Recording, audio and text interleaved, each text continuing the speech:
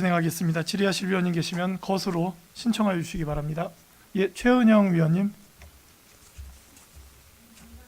네. 최은영 의원입니다. 네. 감사관님께 묻겠습니다.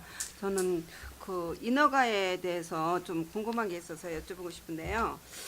인허가 등 각종 민원실 사무 처리 시 담당 공무원의 큰 잘못으로 민원이 발생한 민원은 시민들에게 재산상 많은 피해를 주게 됩니다.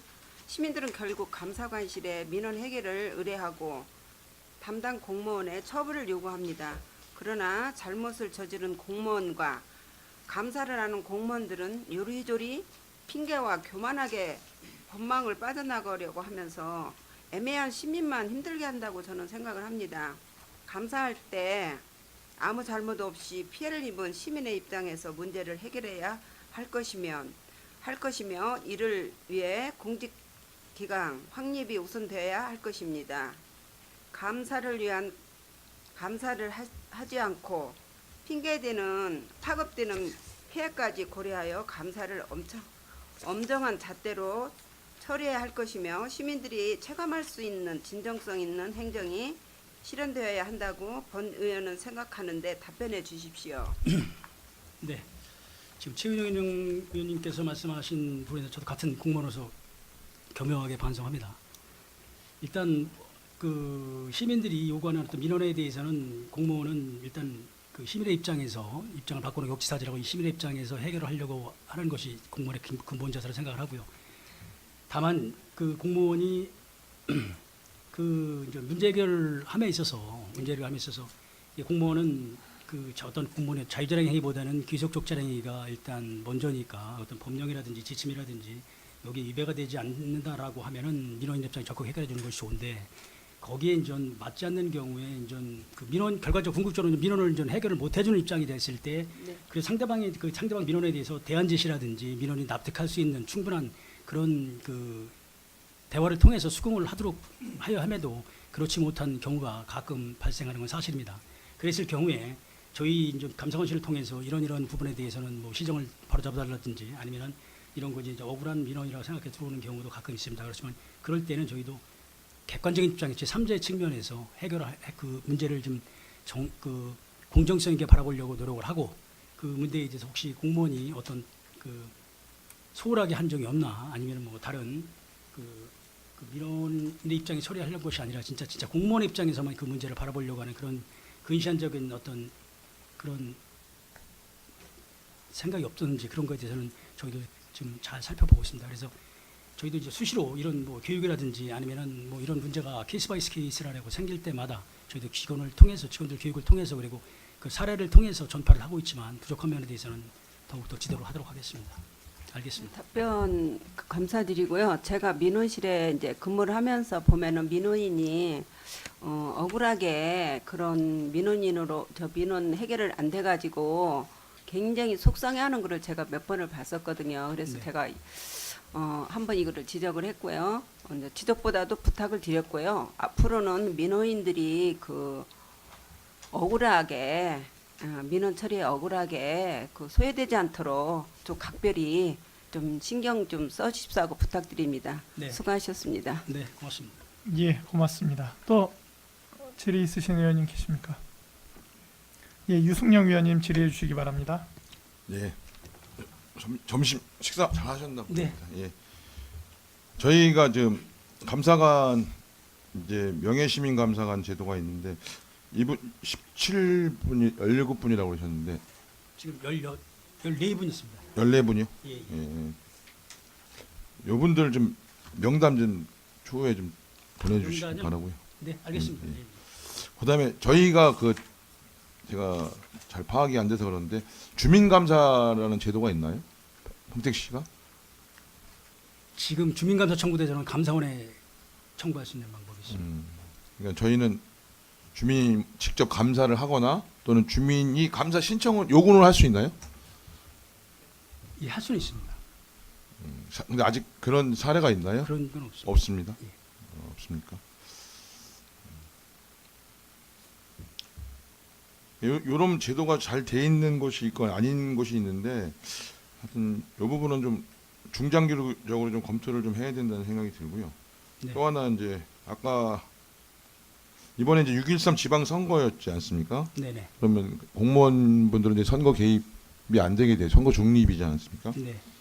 그래서 뭐 특별 감찰을 한다 이런 언론 보도도 나오고 그랬는데 평택시가 뭐이 부분에 대한 어떤 결과가 있나요? 저희도 공무원에서 저희도 83일간 이6.13 지방선거 관련해서 뭐이 선거만이 아니라 공무원은 어떻든 간에 헌법상 엄정중립의 자세를 견지를 해야 되기 때문에 항상 뭐 상시 감찰을 하고 있습니다만 이번 선거와 관련해서는 특히 83일간 집중 감찰을 통해서 공무원에 대해서 감찰을 했습니다만 공무원이 선거에 개입에 대해서 문제가 된 적은 없습니다. 저희들 그거는 철저히 감찰을 했습니다.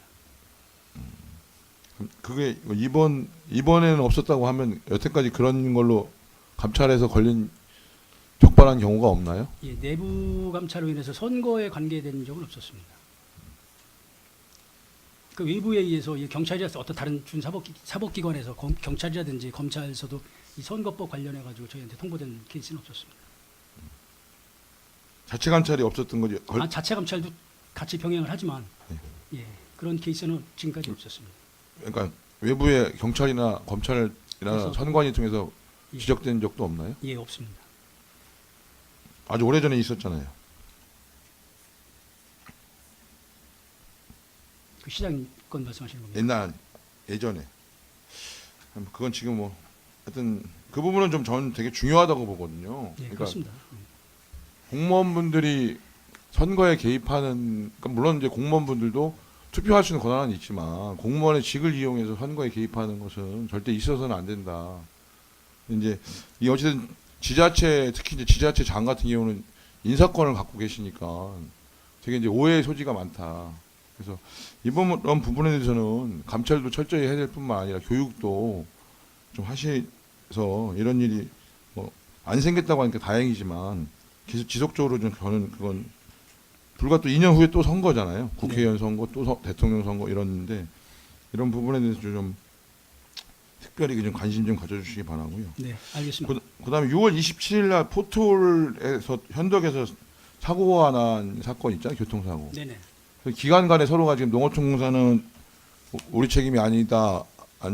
안중 출장소 소관이다. 뭐 안중 출장소는 농어촌공사 관할이다 이런데 이게 감사관에서 이런 부분에 파악된 게 있나요? 저희가 지금 이 내용은 지금 파악을 하고 있고요. 요거를 지금 저희가 이제 일반적으로 어떤 문제가 제기가 되면은 일단 언론에 보도가 된다든지 아니면 문제가 제기가 되면은 저희 일단 스크린을 합니다. 그런데 스크린을 하는데 그 사건이 다른 사법기관에서 수사나 조사가 진행이 되면 일단 유보를 하고 왜냐면은 그 조사나 수사 결과에 저희가 조사한 것이 영향을 미칠 수 있기 때문에 일단 유보를 했다가 거기서 그 결과가 종결이 되면은 저희가 그거에 대해서는 다시 조사를 해서 공무원한테 책임 부분이 물을 소지가 있다면은 공무원의 책임을 묻고요. 아니면은 제도적으로 잘못됐다라면 제도적으로 보완을 해서 치유를 해나가고 있습니다. 요건은 저희가 기본 조사는 했고요. 지금 경찰에서 지금 조사가 진행 중이기 때문에 경찰 조사가 끝나면은 이 공무원의 문책성에 대해서는 문책 여부에 대해서는 저희가 따로 조사할 계획입니다. 그다음에 저번에 좀 제가 관심 있는 사안 그 큰 사고 중에 평택에 일어났던 사고가 국제대교 붕괴잖아요. 네네. 이건 뭐 감사원 감사가 진행 중인가요? 아니면 완료가 됐나요? 지금 국토교통부하고 기획재정부에서 이미 다 조치를 했고요.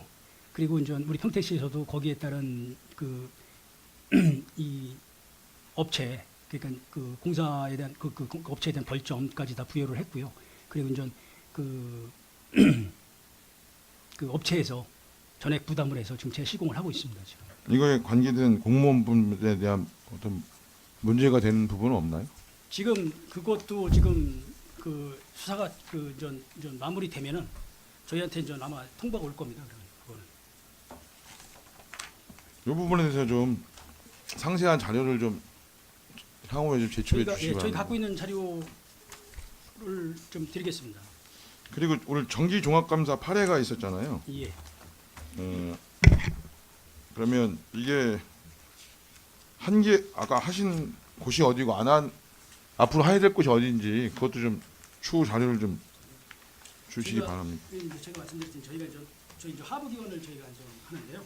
39개 기관이라고 말씀을 드렸고 그리고 이제 저희 같은 경우 시본청 같은 경우는 이 경기도하고 행정안전부하고 감사원 감사를 받고 상위기관 감사를 받기 때문에 저희 하부기관만 하는 건데 직속기관하고 사업소하고 출장소하고 읍면 등 22개 그리고 출연법인까지 해서 그러니까 3년 동안 이렇게 해서 계획이 있을 거 아니에요? 예, 정기, 그렇습니다. 그거 좀 제출해 주시고요. 예, 알겠습니다.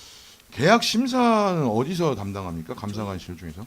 기술감사팀에서 하고 있습니다. 기술감사팀에서 계약이 공정하게 이루어졌고 집행되고 뭐 사후에 부실이 있었는 이런 거는 다 기술감사팀에서 담당하고 있습니까? 공정하게 이루어진 게 아니고요. 네네. 이거는 이제 계약 심사하고 일상 감사는 계약 심사는 계약의 방법을 결정하는 건데 이런 방법으로 계약을 해도 문제가 없는지 그 이제 계약 심사 같은 경우는 금액에 따라 틀려지는 건데 그 일반적으로 이제 계약 심사 같은 경우는 뭐 공사는 뭐 2억 원 이하 그리고 이제 그 용역이라 그래가지고 그러면 7천만 원 이하 물품 제조는 2천만 원 이상 또 일상 감사는 공사도 2억 추정금액 그리고 이제 7천만 원 이상 용역 2천만 원 이상 금액은 똑같습니다만은 계약의 방법을 방법이 결정하기 전에 미리 심사를 받는 거는 계약 심사고요. 일상 감사고요. 그리고 이제 그것이 과연 적법하게 설계가 됐는지 이런 것을 받는 게 일상 감사입니다. 그래서 그런 거에 대해서는 저희가 사전 심사를 해서 이것이 과다 설계가 됐다, 아니면 뭐 과소 설계가 됐다, 아니면 이거 품셈이 잘못 적용됐다, 아니면 뭐 공법이 잘못 적용이 돼가지고 이게 이제 과다 설계가 됐다, 뭐 이런 거를 저희가 해가지고 일종의 사전 감사를 하는 거, 사전 감사를 해서 그 공사 부분에 대해서 미리 이제 저희가 예산 이 본래의 목적은 그 행정의 오류도 사전에 바로 잡고 그리고 그거를 집행함에 있어서 재정 낭비도 사전에 예방하기 위한 그런 본래의 목적으로 지금 잘 적용을 하고 있습니다. 그래서 예산 절감 부분도 상당한 효과를 거두고 있다고 생각합니다. 지금 이제 감사관 업무 중에 이제 우리는 약간 불분명한 부분이 있는데 이제 다른 이제 혹시 뭐 광명시 같은 데는 감사실이 그 시민 인권을 담당하는 팀이 있어요. 예를 들면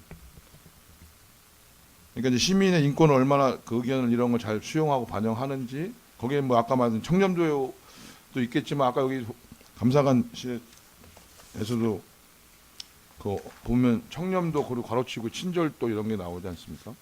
그러니까 실제 지금 어떤 시민에 대한 친절한 것, 어떤 시민의 인권 이런 부분은 주무부서가 어디죠? 지금 이게 이제 직제 개편에 따라서 이제 그 지금 지자체마다 조금 다른 경향이 네네. 있습니다. 그래서 국민교육위원회 업무 같은 경우도 저희가 맡고 있는 부분은 이제 청년 부분은 저희가 맡고 있고 지금 뭐 그 행안부 쪽에서 다루는 것, 시민 친절도 이런 거는 좀 민원토지과 민원 쪽에서 맡고 있습니다.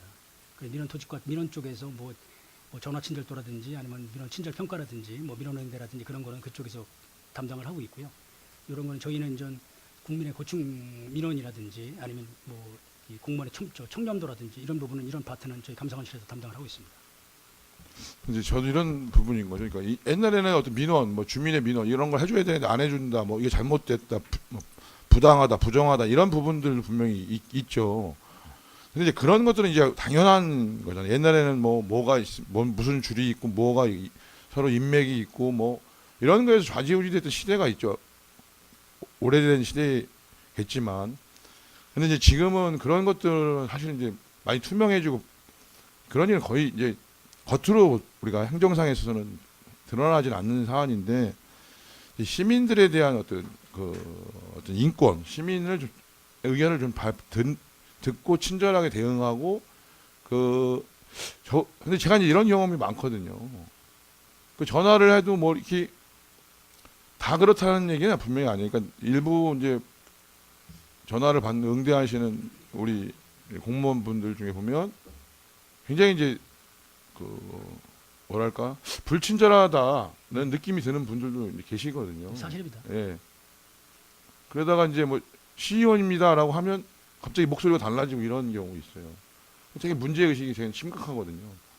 그러니까 이게 시민 중심 새로운 평택이라고 하는 이게 시장님이 출범해서 하는데 이게 시민이 얘기할 때는 별로 반응이 없고 하다가 시의원이라는 직책을 밝히면 태도가 달라지시고 이런 것들은 시민이 중심인 게 아니잖아요. 시의원이나 뭐 높은 국장님이나 뭐 이런 식으로 예, 사람이 그 지위가 뭐에 따라서 친절도가 달라진다는 것은 굉장히 이런 심각한 문제다.